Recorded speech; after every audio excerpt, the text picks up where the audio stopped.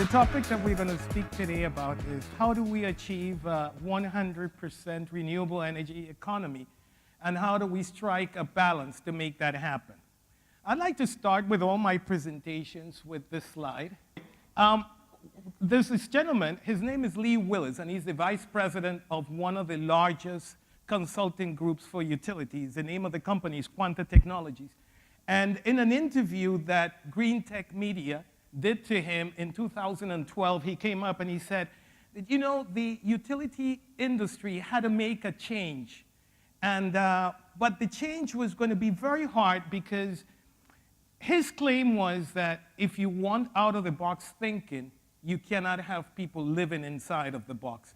And this is really what happens to utility executives. They grow up on in an environment that does not allow them to seek other alternatives in their own industry.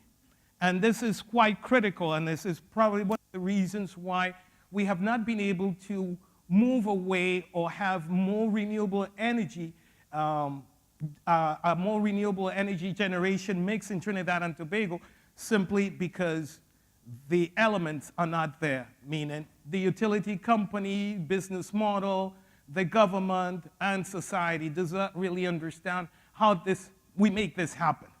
But this morning, everyone is going to know, and everybody is going to think of how they can make their own contribution in achieving a 100% renewable energy economy. So our outline for this presentation is composed of these 5 elements. We have definitions and concepts, background, an overview of the problem, what the model entails, conclusions, and questions and answers. If anyone wants to ask any questions with regards to the work that we have done over the last 7 years, because this is really a syntaxis of, it's a compressed version of the work that we have been doing over the last 7 years. So we start with the definitions. What are the elements to make a renewable energy economy happen?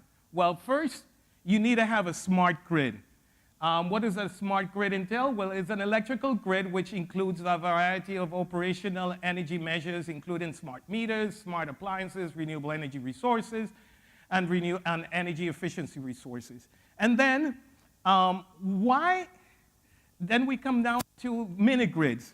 But why mini-grids? Well, very simple, because the world is no longer a centralized utility model-based system.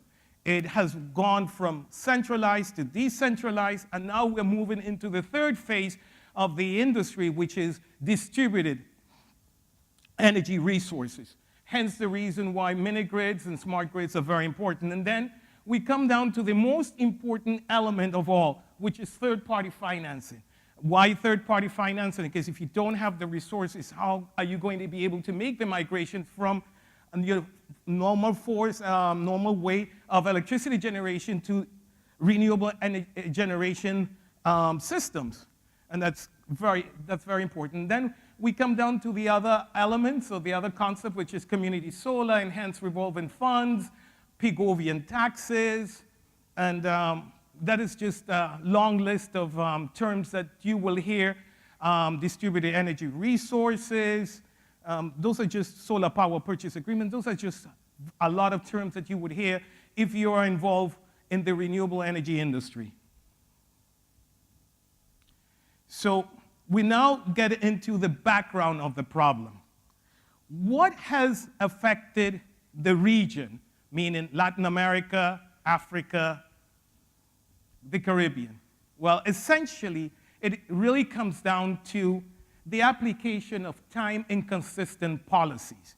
What are time-inconsistent policies? Well, time-inconsistent policies are policies that are designed to bring or satisfy the needs of the population in the short term, but miss out on the long term. Now, this work was presented by these 2 gentlemen, Finn E. Kidland and Edward C. Prescott, in 1977, and their work in time-consistent and time-inconsistent policies earned them the Nobel Prize in economics. So you're talking about Nobel Prize winners here.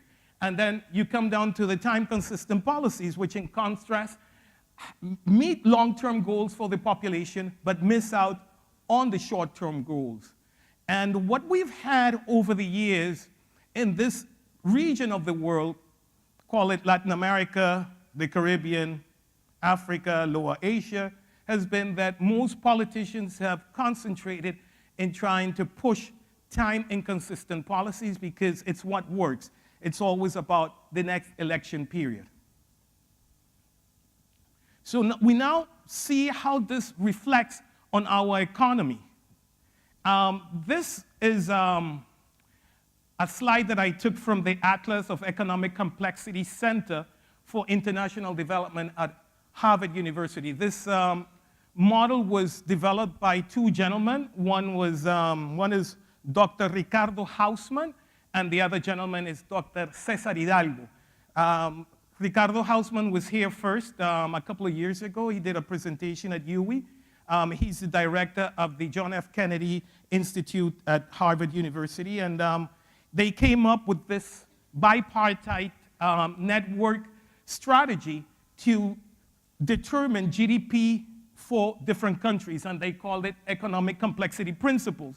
Now, if you are interested in finding out a little bit more about the work that they did, you can download it. It is online. And you can read through it. I'm not expecting anyone to actually understand what it says there, but you can read through it. And how has this translated into the Trinidad and Tobago economy? Well, essentially, if you add the numbers, you would see that 37% of our foreign exchange is derived from petroleum, the sale of petroleum gases. Another 13% is derived from sales of petroleum oils and refined products. Then you have another 6%, which comes from petroleum, the sale of crude oil. Then you have various products. Well, that was some time ago. This was long before ArcelorMittal went out of business. So that 6% is gone. And then you have sale of ammonia, 16%, and alcohols, 12%. If you add all of this up, you will get approximately 94%. So 94% of our economy is based on a single commodity. So how does this translate into our current condition? Well, we are exposed to the booms and busts of the different cycles that prices of crude oil will go through. And this is why we are now having to face all these challenges, and we will face all these challenges in the future. So now we come down to how does this fit in? Well, because we are a commodity-based economy, and we have concentrated so much in the oil and gas industry, this has come at a very high price to the environment. And make no mistake, these numbers are accurate. We are right now number 4 as the country has the largest footprint per capita, and then we are number 2 in carbon dioxide emissions per capita. And that is staggering.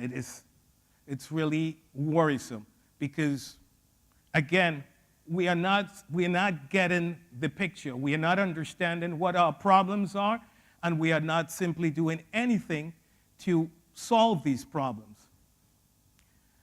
But there is light at the end of the tunnel, trust me. And what is that light? Well, this is just another slide which doesn't really come into play, but if you want to look at it, this is how the world carbon dioxide emissions is divided among countries. So you have China that contributes to 27%, United States 17%, Russia 5%, India 5%, Japan 5%, Germany 2%, and so on and so on and so on. But this is not really relevant to what our topic is today because it doesn't really tell us how we can move forward. Now, we come down to the nitty-gritty of the problem. What are the 3 pillars that support a renewable energy industry? Well, the 3 pillars are income distribution, you must have a legal framework, and your tariff system must be in line to support the industry. If you don't have these three elements coming together, there is no way you can have a thriving renewable energy industry. The reason for that is, if you don't have the legal framework, then engaging in the connection of renewable energy source, of intermittent renewable energy sources becomes illegal, which is the case for Trinidad and Tobago. The TNTEC Act limits TNTEC to doing the distribution, transmission, and generation of electricity for the whole country. So if you decide one day openly, oh, I want to set up a solar farm, or I want to set up a wind farm, you will have to go to TNTEC, and TNTEC will decide whether they want you to set up the business or not. It's not really up to you. Another element which is very important is income distribution. If people don't have the money, how can you ask them to buy the systems? A very simple question. It's supply and demand. If you are willing to take part of your income and invest it and in a renewable energy system, then fine, because you have the income. But if you don't have the income, then you will think twice in doing that kind of investment. And then the rates or tariff. Tariff is critical. In all countries that have been able to do the migration from fossil fuels successfully, the tariff rate has been a key component, it's been a key factor. And we'll see that in the next slide. As you can see, you have, for instance, countries like Germany who have been able to reduce and gone from zero renewable energy in 2007 to approximately 30% of electricity generation coming from renewables. Now you look at their GDP per capita, you see that it's $41,514. Then you go to Spain, which is another country that has been able to do a successful migration. Their income per capita is $29,000. Italy, $33,000. Japan, $46,000. Now, the only country that I would say that is kind of breaks the mold in that regard is the United States. And the United States was really because a lot of the states are part of, that make part of the union, or that are part of the union, they have different tariffs. So for instance, in Texas, the tariff that you paid the utility was approximately 10 to 11 cents, which made it in 2000, when this data was taken, which was 2013, made it almost impossible for anyone to have solar panels at their home in Texas, because the cost of, or what it is known as the levelized cost of energy at the retail level wasn't there for solar panels or wind energy. But then you come down and you have, for instance, Trinidad and Tobago, GDP per capita is 17,000, which is considerably high, but we don't have a tariff structure that can support the industry, so therefore you have no wind, we have no biomass, and no solar. And then you go to Mexico, which has a lower GDP per capita than Trinidad and Tobago, but they have a little bit of wind and a little bit of solar. So the correlation here is that tariff, legal framework, and GDP per capita or distribution of income are key pillars into supporting the industry. What are the other factors that you need to consider when you're doing integration? Well, because solar and wind, which are the cheapest form of renewable energy, we call them the cheapest form of intermittent renewable energy. They're said by one of my colleagues many, many years ago, he said, they are the dirtiest forms of electricity generation, meaning they have a lot of peaks and valleys. So when you're doing the integration process, you have all these technical issues that you need to deal with. You need to deal with harmonics, voltage imbalances, load matching, curtailment, power quality, unintended islanding, and frequency fluctuations. Because this is all part of the process of integration, or call it large-scale integration of solar energy or wind energy onto your grid, which is eventually how you get to transmit the energy anyways. So now we come down to the model, which is something that was developed by my team and myself about 3 years ago. And when we looked at the numbers, we realized that the bulk of the market for solar or wind or any form of intermittent renewable energy is at the end. So you have, call it medium levels of income, and these are the people who will be more active or will have better intentions of bringing in solar or wind into their generation, into their homes. And as you can see, self-ownership is there, but it really comes down to what it is known in the industry as third-party ownership. Why third-party ownership?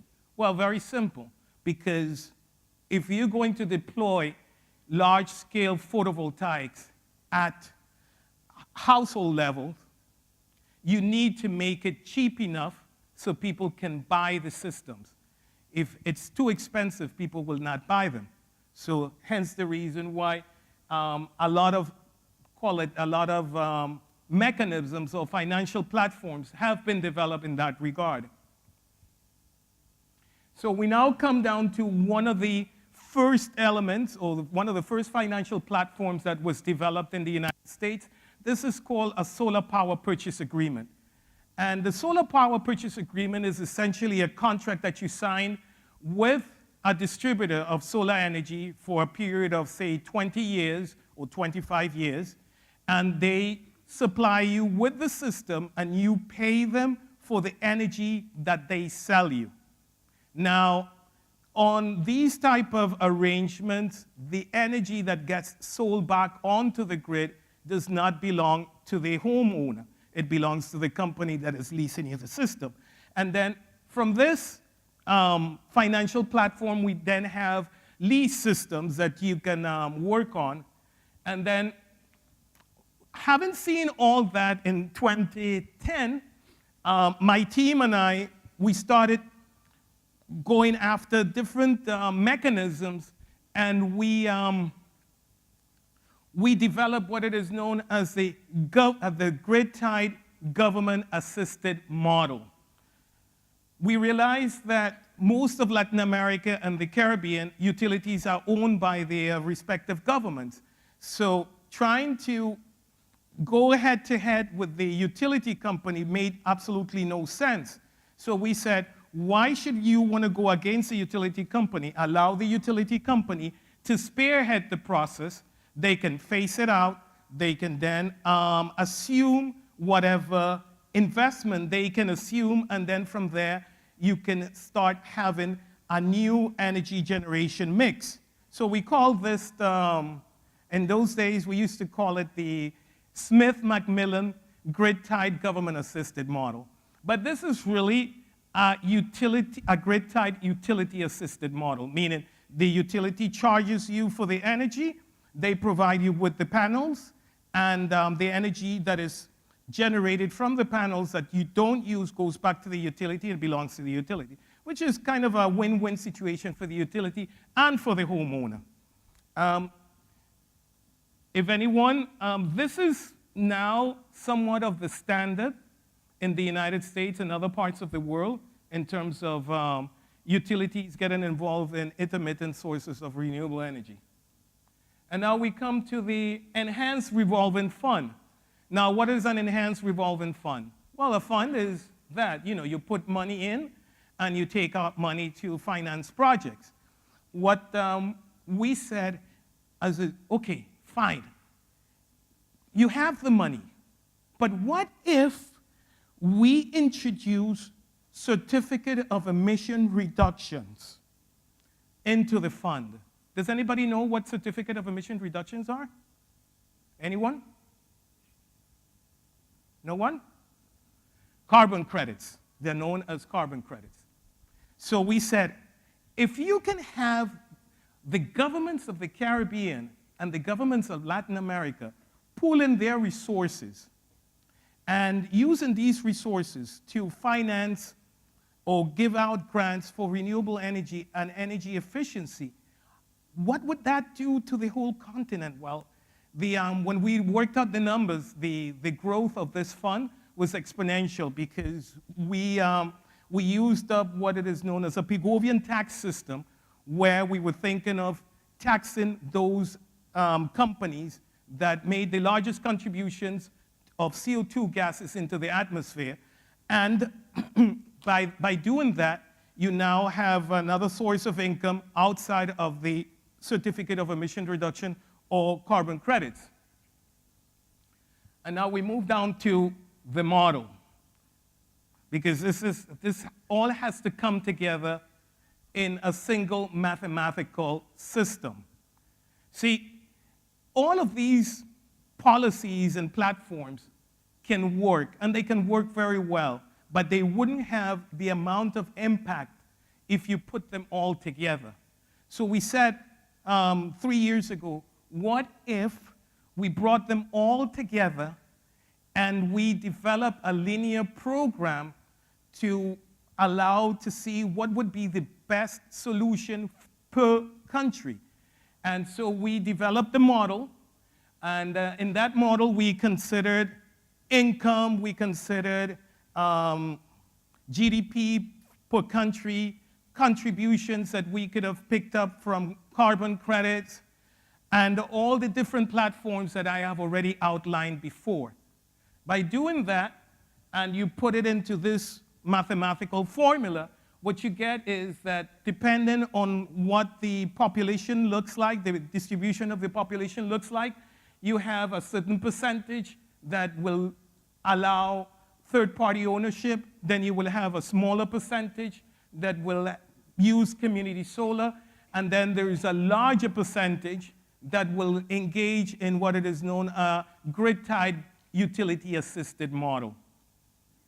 And all of that, you do it, you run several simulations.